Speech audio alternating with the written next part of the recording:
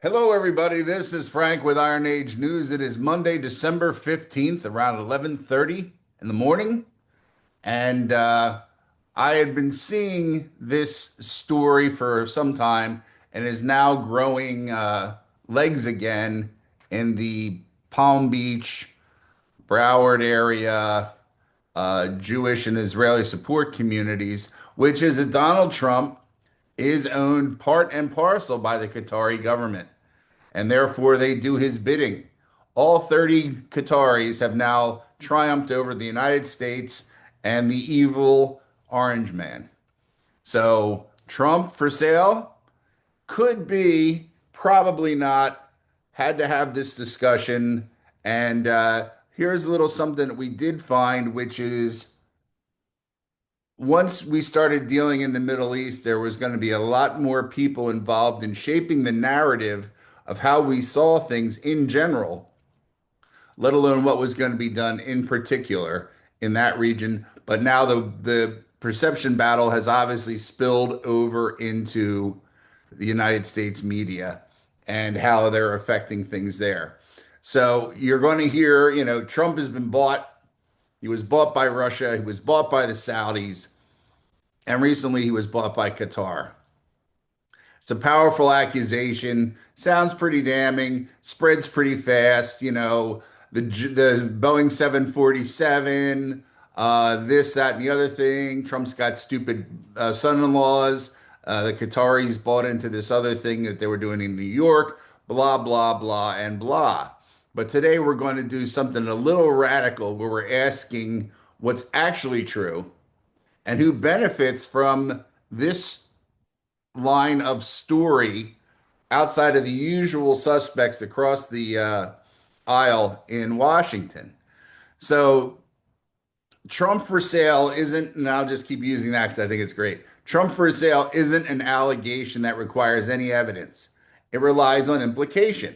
You don't need to have a document. You don't need a bank transfer. You just need a timeline that looks suspicious. And we're going to talk about that in another video next. That looks suspicious and an audience primed to distrust Trump.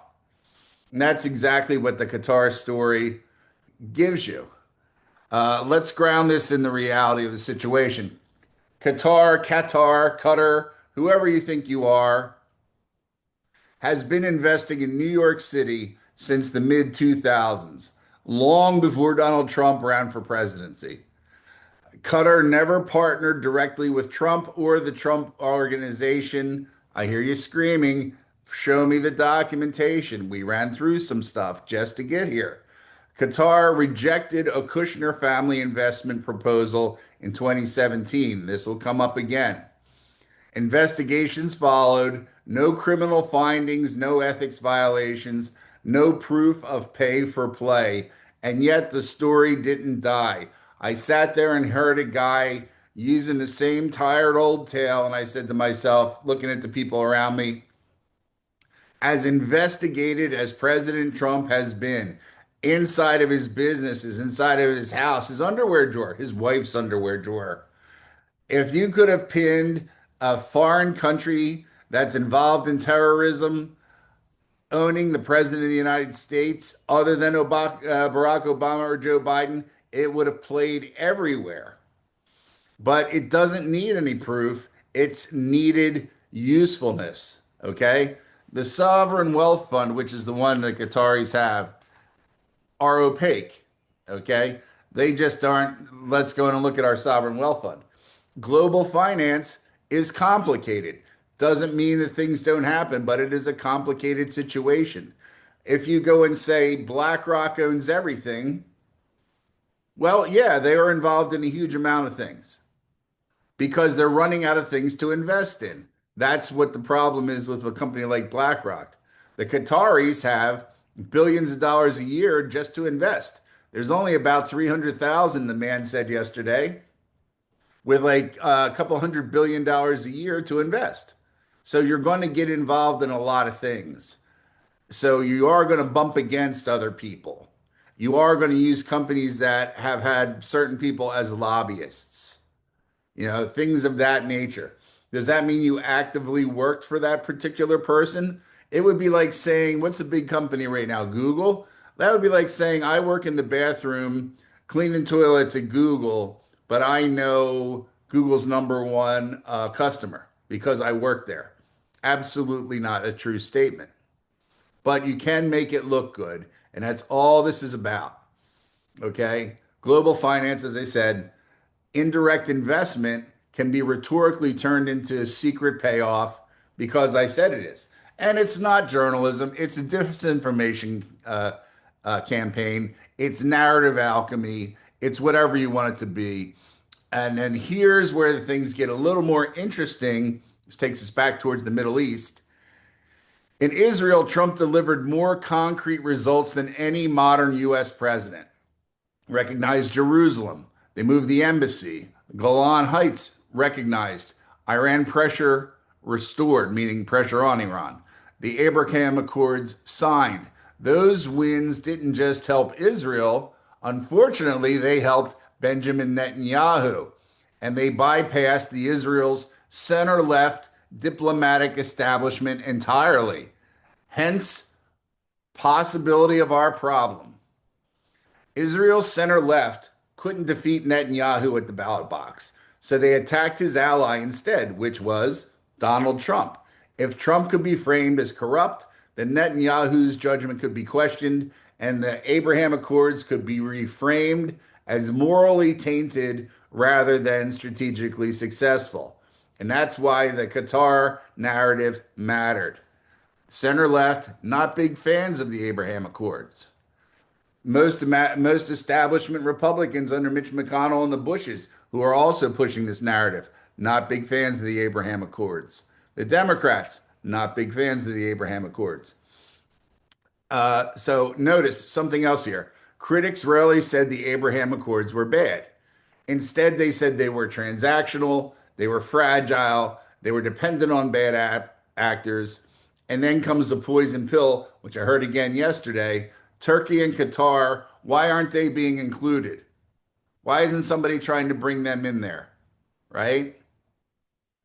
Well, it would destroy the entirety of the operation. The Saudi Arabians and the Emiratis would never deal with Turkey. It is a rival empire. The Ottoman Empire is back under Erdogan. The Qataris also rival operation dealing with the Iranians, right? Why would you bring an Iranian ally into a business deal? It wouldn't make any sense. So what they used to do in the old days, if you would talk to somebody who knew the old deals with the Abraham Accords, the Democrats used to always put a poison pill in there, something like you have to accept homosexuals or you have to do this, you have to do that. They always knew it was going to be a breaker, deal breaker. So once again, we're out there trying to break up the Abraham Accords because who wants peace in the Middle East? Who wants these guys to stop terrorism, right? Because now we know most of the countries aren't openly or even involved that much, except for Qatar, Yemen, Iran, a couple other little guys. But the major old sponsors of terrorism got out of the business. And you have to say this is not a perfect world. If you are going to play black and white in diplomacy, you are going to be fighting wars of extermination. Is that what you want to be doing? Right?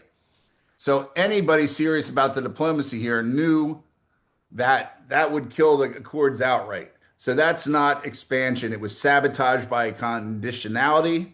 And this is where this thing was moving, not only to discredit Trump, step the Americans back a little bit, and to sabotage the Abraham Accords, which would have brought about a successful short term, let's say it's short term.